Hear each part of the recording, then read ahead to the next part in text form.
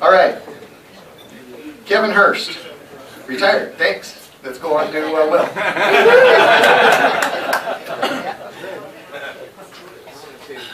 Kevin was born to be a cowboy.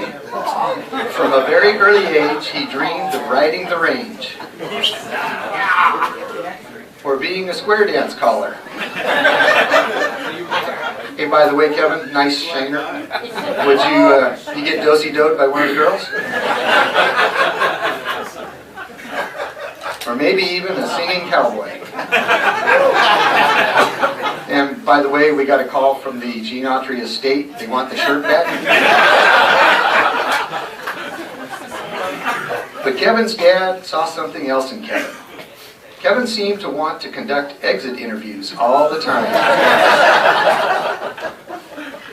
He was always dressed sharply and dapper. For a while, Kevin dreamed of being a civil servant, like a doctor, or maybe a nurse. Kevin, I have to ask you, how did your dad talk your mom into letting him put that plaque in the front room? Because my dad would not have gotten away with it. Kind of reminds me of A Christmas Story and the leg lamp.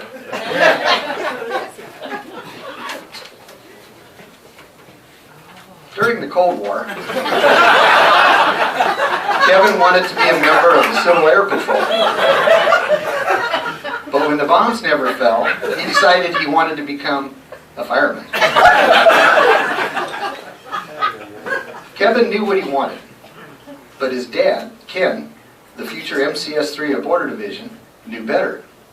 He was going to make Kevin a motor carrier. And that was before motor carrier even existed. Yes, Ken started grooming Kevin at an early age to be an MCS-1. He worked at it for years, always trying to get Kevin to be quiet and listen. And always having trouble. And then one day it happened. We don't know why, and we don't know how, but Kevin jumped the tracks. He became a hippie. Well, that's what they called it back then. We call it something else today. Dude, nice hair.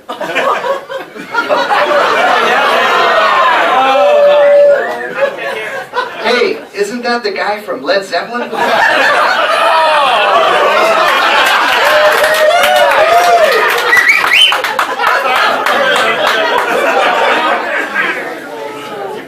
Hey, Kevin, did your dad ever do FSTs on you? Is that when he went to the dark side? Yeah, Kevin's ready to go to the field and grow his crops. Nice belt buckle.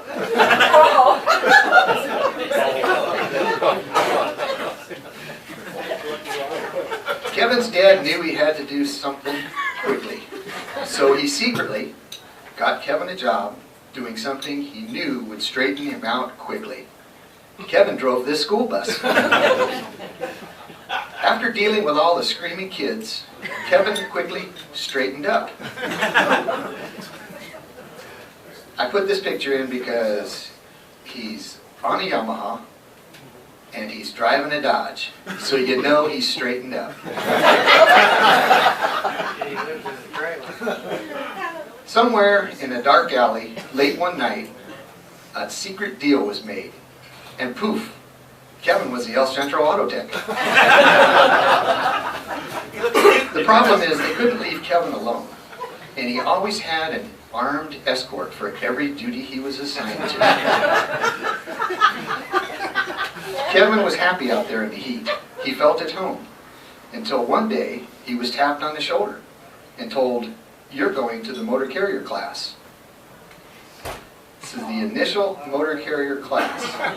And I think I got the names right. I see Dave Shadone, Paul Ingram, I believe that's Gary Framstead, Lyle over there, Kevin kind of looking dumbfounded. And look at the guy from the Mafia family down front.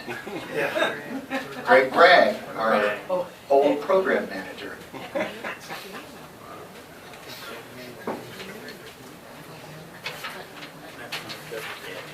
Once he became an MCS-1, he was still not allowed to be alone. He had to have an armed escort everywhere he went. And you know, Kevin was trained by the best.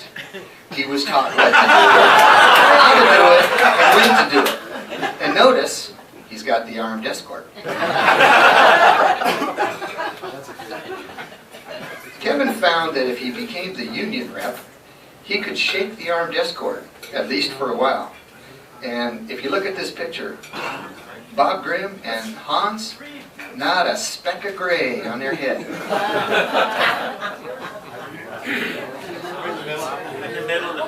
Kevin found his hideaway in the main team. You just sit up there in the office, hang out. Yeah, sometimes you have to go look at a wreck or something, but most of the time, nothing. You just sit there. But then, unfortunately, that gravy train had to end. And we got him back. It was so nice. We had just been doing our thing, no worries, and then Kevin came back. Once he came back, we always had to keep watch on him. Had to make sure he was working. Keep him moving. Keep him inspecting. If not, when you weren't looking, he'd start talking. And if he wasn't talking, he'd find a way to lay down on the job. And if he wasn't laying down, he'd go back to talking. And notice, armed escort in the background. Kevin, we will miss you. I hope that your retirement treats you well, and that you finally learn to relax.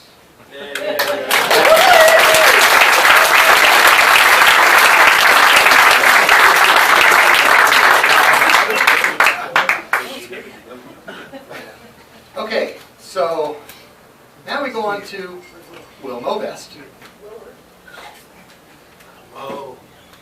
Will was born some 58 approximately years ago. Something like that. Will was a big guy.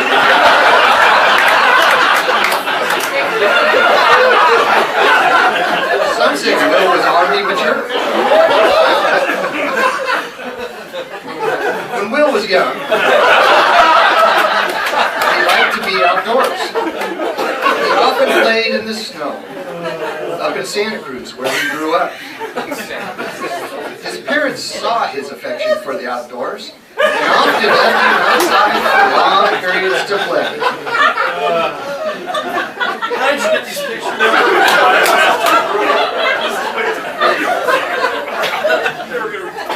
Will learned to drive at an early age.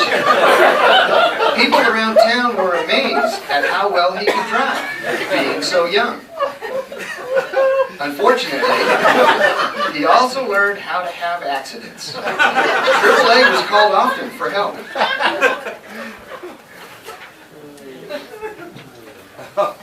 When Will was around 10, he was taking a train trip to see some relatives.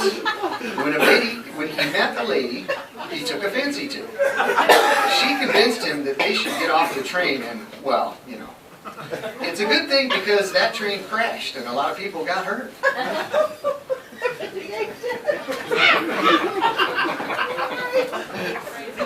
Will learned at an early age how to manipulate his environment to get what he wanted.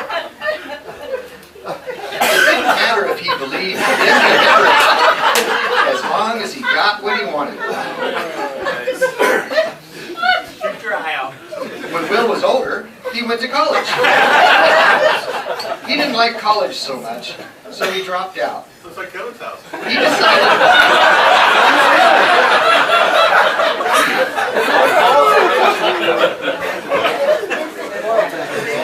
He decided to fulfill a lifelong dream, and he joined the Air Force. Will excelled in the Air Force. The fast pace and high stress suited him well. Now at this point, I have to stop and tell you that Kevin and I had a heck of a time finding pictures for Will. There just weren't any. I knew he was in the Air Force, but we couldn't find anything. We Google searched, we did everything. So I called a friend of mine who I went to high school with, who works at the Pentagon. And I said, look, Will was in the Air Force, I know that. Can you get me some pictures? Can you get me some information? Well, he sent me one picture. And he said, this is all you're going to get. And I said, oh, okay, can you tell me why? And he said, well, Will was in the Air Force, and all of his missions were so secret, they're still classified today.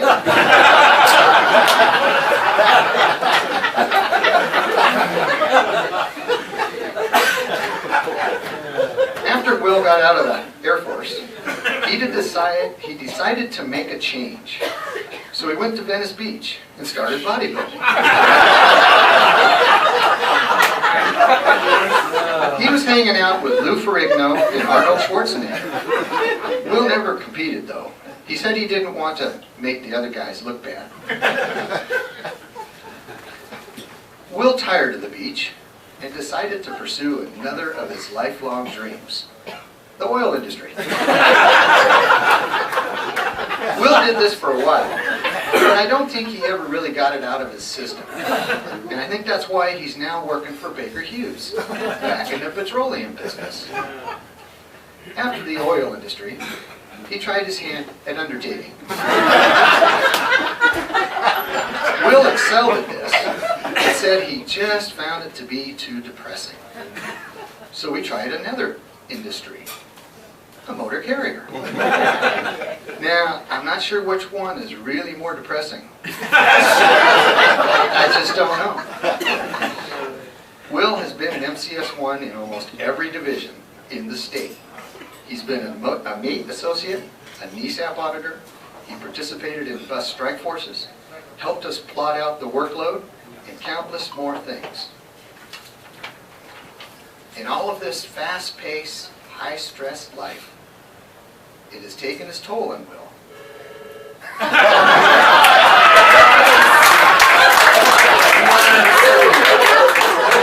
Hashtag selfie.